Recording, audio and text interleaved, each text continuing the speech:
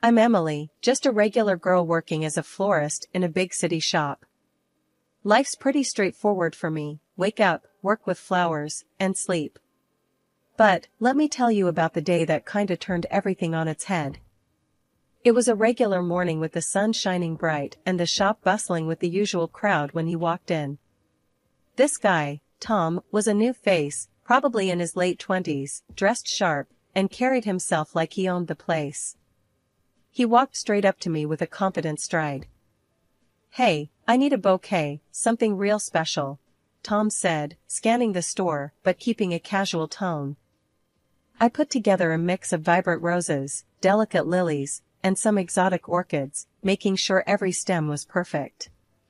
Handing over the bouquet, I couldn't help but add, "Whoever's getting this is super lucky.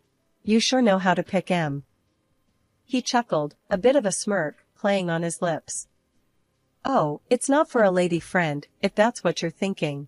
It's for my mom. Her birthday." I felt my cheeks heat up a bit. "Oh, right. That's sweet of you." "Yeah, well, she deserves it," he said, his tone softening. "How much do I owe you?" After watching him leave, I shook off the awkwardness and went back to work. But guess what? The next day, just as I was arranging a new batch of tulips, Tom popped back in. This time, he had a different look in his eye. "Hey, Emily, right? I was here yesterday," he started, like I could forget. "Yeah, I remember. Need another bouquet today?" I asked, wiping my hands on my apron. "Nope, not today. Actually, I was wondering if you'd like to grab coffee with me. There's a nice place just around the corner. My treat," he said, his gaze steady. I hesitated for a moment, not really sure what to make of it. Like a date? "Yeah, why not? Could be fun." He shrugged, looking casual, but hopeful. I figured why not, it's just coffee. "Sure, let me grab my bag." That coffee turned into dinner, and dinner turned into late-night talks. Tom was charming, no doubt about that. He worked for some big tech company downtown, knew a lot about a lot, and made sure our cups were never empty. Before I knew it, I was laughing more than I had in months, and he was right there with me, matching my smiles with his own. After that first coffee date, things with Tom really took off faster than I expected. He was always popping into the shop or texting me to see when I was free. He liked making plans on the fly, and I guess I liked that about him, kept things exciting. "So, what's the plan for tonight?" I asked one evening as we left the coffee shop, the city lights starting to flicker on around us. "Thought we might catch a movie, then grab some dinner. How's that sound?" Tom replied, his hands tucked into his jeans pockets. "Sounds perfect." I smiled, happy to spend another night out with him. Movie nights turned into concert weekends, and dinners turned into midnight walks along the river. It was like we couldn't get enough of each other. Tom was all about the grand gestures too. He surprised me one night after a particularly rough day at work. "Hey, you look like you could use a break," he said as he walked into the shop, a mischievous grin on his face. "Yeah, today's been crazy. What's up?" I wiped my forehead, dropping a bunch of wilted daisies into the bin. "I think you need a change of scenery. How about we drive up to the coast this weekend? Just you and me?" He leaned on the counter, his eyes sparkling. I couldn't believe it. "Really? Like a mini vacation?" "Why not? We both could use some fresh air, and I know a great little place by the beach," he said, looking hopeful. That weekend getaway was something out of a dream. The beach was beautiful, the food was amazing, and Tom, he was perfect. We talked about everything under the sun, from our crazy childhood stories to our hopes for the future. It was during one of those deep conversations, under a sky full of stars, that he caught me off guard. "Emily, I've been thinking," he started, his voice serious for once. "Yeah?" I turned to face him, the sea breeze playing with my hair. "I don't want to scare you off or anything, but I think I'm falling for you. Hard." He took my hand, squeezing it gently. I felt my heart skip a beat. "Tom, I feel the same way. His smile then was enough to light up the darkest night. Good, because I have something else to ask you. And just like that, a few weeks later, he was down on one knee, right there in the middle of my flower shop, with a ring that sparkled like his eyes did when he smiled. "Emily, will you marry me?" he asked, the shop filled with the scent of roses and lilies. It felt surreal, like a scene from one of those romantic movies we used to watch. But it was real, it was happening to me. "Yes, Tom, of course, I will." The cheers from my coworkers erupted around us, and Tom swept me into his arms, spinning me around. It was magical, unbelievable, and everything felt just right. When we told our families, they were over the moon. His parents hugged me tight, already calling me their daughter. My parents were just as thrilled, talking about wedding plans and how they'd always hoped I'd find someone who made me smile like Tom did. Life after the wedding was bliss, at least, for a little while. But things started to shift when we found out I was pregnant. It should have been the happiest news, and it was, at first. Both our families were ecstatic, showering us with congratulations and gifts. But the reality of pregnancy hit me like a truck, and not in a good way. I started getting sick a lot. And I mean a lot. It wasn't just morning sickness, it was all day, can't get out of bed, can't smell anything without gagging sickness. I tried to keep working at the flower shop, but the scents that used to bring me joy were now my worst nightmare. One day, I was trying to arrange a bouquet when the nausea hit hard. I barely made it to the back room before I threw up. The decision to go on unpaid maternity leave wasn't easy. I knew it put us in a tight spot financially, but I had hoped Tom would understand. Turned out, I was half right. The day I told him about my decision, I could see the change in his demeanor instantly. His usual warm eyes went cold, and his voice had an edge I hadn't heard before. "Unpaid leave? Are you serious, Emily? How are we supposed to handle the bills with you not working?" he snapped, pacing back and forth in our tiny living room. I tried to stay calm, though inside, I was trembling. "I can't work, Tom. You've seen how bad it's gotten. And it's not like I want to be sick." His frustration boiled over, and he threw his hands up in the air. "So what, I'm supposed to just handle everything? What are you going to do all day, sit around while I bust my ass?" I flinched at his tone, feeling a sting behind my eyes. "I'll do what I can at home. I can still handle some chores, maybe start some freelance floral design from the house." "Great, Emily, really great. As if those little gigs are going to cover anything. We need real money." He cut me off, his voice laced with sarcasm. I felt so helpless and trapped, watching the man I loved turn into someone I barely recognized over money issues and my health problems. It was like a bad dream, and I kept hoping I'd wake up. "Tom, please, let's just try to work this out. We're going to be parents. We need to support each other," I pleaded, reaching out to him. He looked at my hand, then at me, his anger slowly fading into resignation. I know. I'm sorry, Em. I'm just stressed, that's all." But the apologies didn't change the situation. The days were long, filled with discomfort and loneliness, as Tom buried himself in work, leaving me to deal with the pregnancy and the house as best as I could. As the weeks passed, my pregnancy only got tougher, and the chasm between Tom and me widened. My days blended into a continuous loop of discomfort and failed attempts at normalcy. Trying to keep the house together was becoming a nightmare. One evening, Tom came home to find me on the couch, a cold cloth over my forehead, trying to stave off another wave of nausea. The sight seemed to set him off instantly. "Still on the couch, Emily? I thought you were going to handle the chores today," he said, his voice sharp, tinged with irritation. I sat up, feeling a surge of dizziness as I did. "I tried, Tom, I really did. But the smells, everything just makes me sicker. I can't stand for too long without feeling like I'll pass out."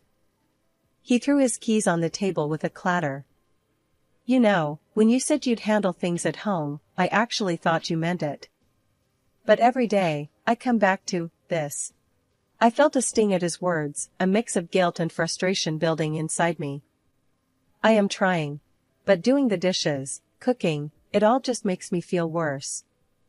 I can't help it, Tom. Well, maybe you need to try harder. We can't live like this, Emily. I work all day, and I can't come home to a mess and no dinner. It's not fair. His voice rose, echoing off the walls. The unfairness of his expectations weighed heavily on me. I struggled to my feet, steadying myself against the back of the sofa. It's not fair to me either, Tom. I'm not just lounging around for fun. This is really hard for me. But it's like you're not even trying, he shot back, his anger palpable. All day at home, and what do you have to show for it? I'm out busting my ass to make sure we have what we need, and you can't even keep the house clean? His words cut deep, branding me as lazy and useless, and shame washed over me. But the hurt was turning into resentment. I'm carrying your child, Tom. Our child. Shouldn't that count for something? Don't you think I wish things were different? He paused, looking at me as if seeing me for the first time that evening. I know it's tough, but you calling it tough doesn't make our life any easier. I need more from you, Emily. The room felt colder, the air between us thick with unsaid things. I'm doing the best I can, I whispered, my voice breaking. His face hardened. Well, maybe your best isn't good enough. That night, as I lay in bed alone, his words replayed in my mind. I thought about reaching out to my parents or his, but I couldn't bring myself to worry them or admit how bad things had gotten. The idea of leaving, of taking refuge with my family in another city, flickered in my mind like a distant lighthouse. Yet, the thought of making such a big decision on my own was daunting. By the time I scheduled another appointment with my doctor, the tension at home was unbearable. Tom's patience was thinning by the day, and I was at my wits' end trying to balance my health with his expectations. Sitting in the waiting room, I practiced what I'd say to the doctor, hoping he might offer some kind of solution or at least validate what I was going through. When Dr. Lee called us into his office, I felt a mix of relief and anxiety. Emily, how are we feeling today? Dr. Lee asked as he ushered us in. I glanced at Tom, who seemed disinterested, his eyes fixed on his phone. Not great, honestly. The nausea is really bad, and it's causing some problems at home, I admitted, my voice shaky. Dr. Lee frowned, concerned. Nausea can be tough, especially if it's severe. Tom, are you aware of how this is impacting Emily? Tom looked up, slightly annoyed. Yeah, I know it's bad. But we all have our burdens, right? I work all day, and I come home to more stress. It's hard all around. The doctor nodded, his expression serious. Yes, it's hard for both of you. But it's important to understand that what Emily is experiencing is not within her control. It's a physical reaction to pregnancy hormones. Some women have it worse than others. Yeah, but how long is this supposed to last? I mean, is there something she can do to just get over it? Tom's frustration was evident. Dr. Lee took a deep breath, choosing his words carefully.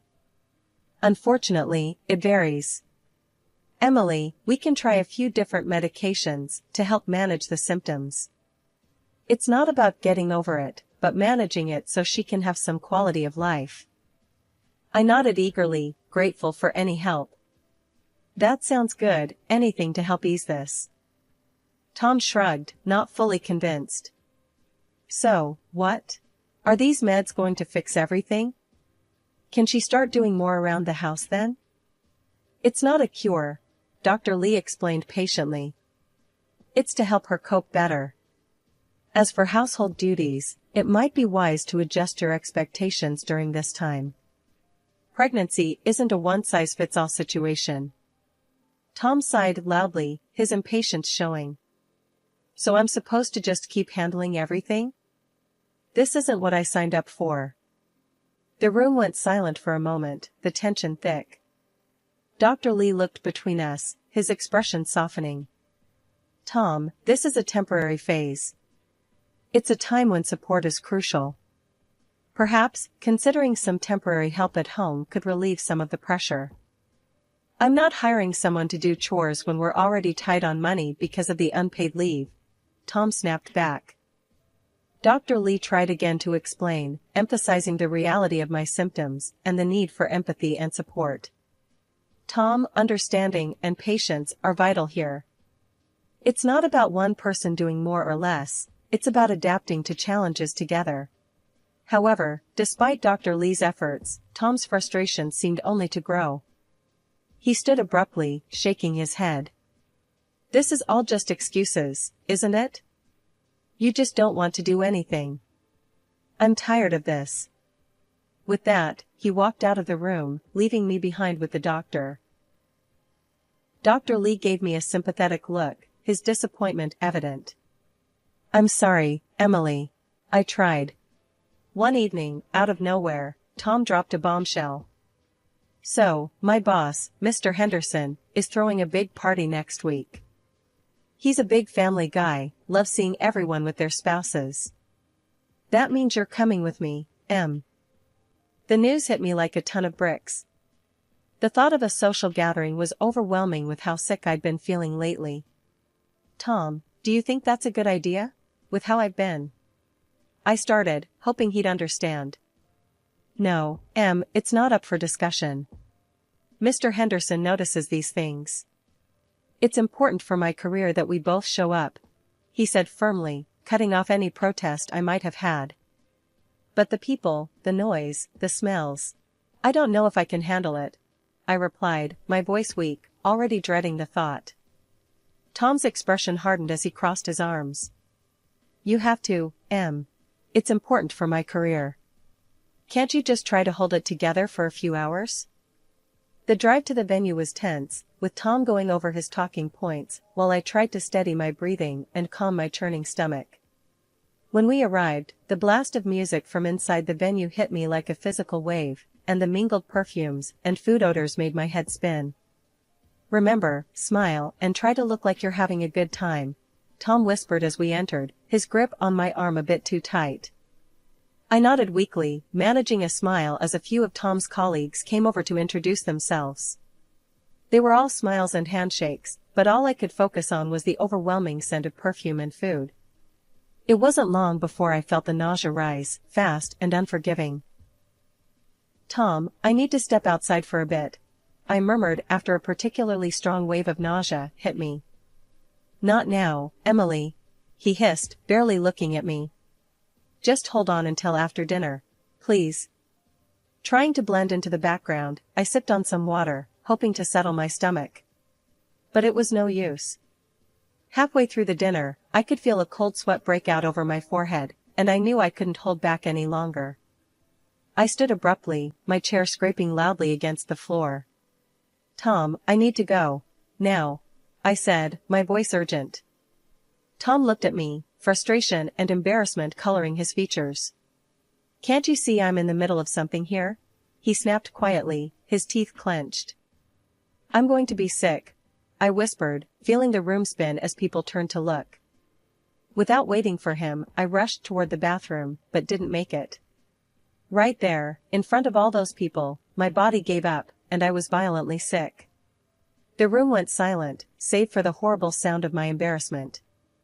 When I finally stopped and looked up, tears of humiliation stinging my eyes, Tom was by my side, but his look was not one of concern.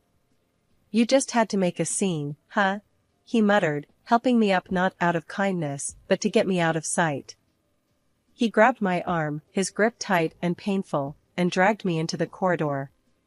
Look what you've done. You're a pretender, Emily. Always making excuses, he yelled, his face inches from mine.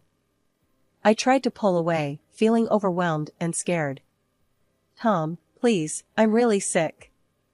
Enough. I'm sick of your excuses. Get out of here on your own. I'm done dealing with this tonight, he shouted. He shoved me towards the exit, pushing me several times as I stumbled.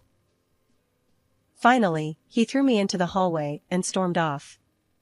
I leaned against the wall, gasping for air, my body weak from nausea and my heart breaking from his cruelty. Leaning against the wall of the corridor, I felt utterly humiliated and abandoned. My tears were just starting to dry when I heard footsteps approaching. An elderly man, whom I hadn't noticed before, came up to me, his expression concerned. I heard some yelling. "What happened here?" he asked in a stern but caring voice. I couldn't hold it in anymore. The tears started again, and I found myself pouring out everything. My husband, he just doesn't understand. He thinks I'm pretending to be sick because of the pregnancy. He left me here after I got sick in front of everyone. The man's face turned sharply stern as he listened. "What's your husband's last name?" he asked with an intensity that made me shiver. "Morris, Tom Morris," I managed to say through sobs. His demeanor softened a bit as he nodded, understanding the situation better. "Come with me," he said gently, leading me to a quieter part of the venue, away from the noise and the overwhelming smells. He found an empty table, pulled out a chair for me, and handed me a glass of cool water. Sitting there, sipping water, helped me calm down a bit. The man remained with me, ensuring I was all right. Soon, the solemn part of the party began, and he excused himself saying he had to take the stage. I watched as he walked up, and to my shock, the crowd erupted into applause. The man, now at the podium, started praising his employees for their commitment to family values. Then, his tone changed, and he started talking about respect for one's spouse. "There is a man here," he said, turning to look directly at Tom, "who has failed to show the respect and support a husband should to his wife." Tom's face went pale as he was called up to the stage. I watched, frozen, as Tom walked up to join the same man who had just helped me. "My wife and I have 4 children," the man continued, his voice stern and loud enough for everyone to hear. "And I understand how different each pregnancy can be. It is no excuse to mistreat or doubt your spouse." Tom tried to defend himself, stammering about how it was all a misunderstanding, how he thought I was just avoiding responsibilities. The murmurs in the hall grew loud, filled with disbelief and disapproval. The man on the stage, who I now understood was Mr. Henderson, Tom's boss, responded firmly, "That is no way to treat anyone, especially not your pregnant wife." His next words dropped like a hammer. "Tom Morris, you are no longer employed at this company. We respect family values here, something you've clearly forgotten." After the party, Mr. Henderson drove me back to my house. He made sure Tom wouldn't cause any trouble while I packed up my belongings. It was surreal, gathering my life into boxes with Tom's boss watching over things, ensuring everything stayed civil. Tom was silent, his anger from the night before replaced by a sullen quiet. Mr. Henderson didn't say much either, but his presence was a solid reassurance that I wasn't alone in this. Once everything was packed, Mr. Henderson drove me to a hotel. The next few weeks were a blur of finding a new apartment and dealing with the legalities of separation. When Tom's parents heard about what had happened, they reached out, full of apologies and offers to help. Despite everything, I was grateful for their support. They helped me cover the rent for my new place for several months. Life in my new apartment was quiet. I spent days preparing for the baby and nights wondering about the future. When my son Jack was born, it was like a light came back into my life. Holding him for the first time, I knew that no matter what had happened, starting over had been the right decision. Divorce proceedings were tough. Tom fought against it at first, but eventually gave in. Mr. Henderson was instrumental once again, providing a corporate lawyer to handle my case. The lawyer was sharp and empathetic, helping me secure a settlement that included compensation for emotional abuse and child support. The financial security was a relief. It meant I could start anew without constant worry. With my life somewhat stabilized, I returned to the flower shop. Mrs. Jenkins, my boss, welcomed me back with open arms. "We've missed you, Emily. The flowers haven't been the same without you," she said on my first day back. Working again felt therapeutic. Arranging bouquets, advising customers, and tending to the plants, I found peace and a sense of normalcy that had been missing from my life for too long. One afternoon, while arranging a particularly beautiful set of roses, my phone rang. It was Mr. Henderson checking in. "Just wanted to see how you and Jack are doing, Emily," he said, his voice warm over the phone. "We're doing well, thank you. Back at work, and it feels right," I responded, smiling as I snipped the stem of a rose. "That's great to hear. Remember, you ever need anything, I'm just a call away." Ending the call, I looked around at my surroundings, the colorful flowers, the photos of Jack I had pinned up by my workstation, and the gentle hum of daily life in the shop. It all felt like a new chapter had truly begun.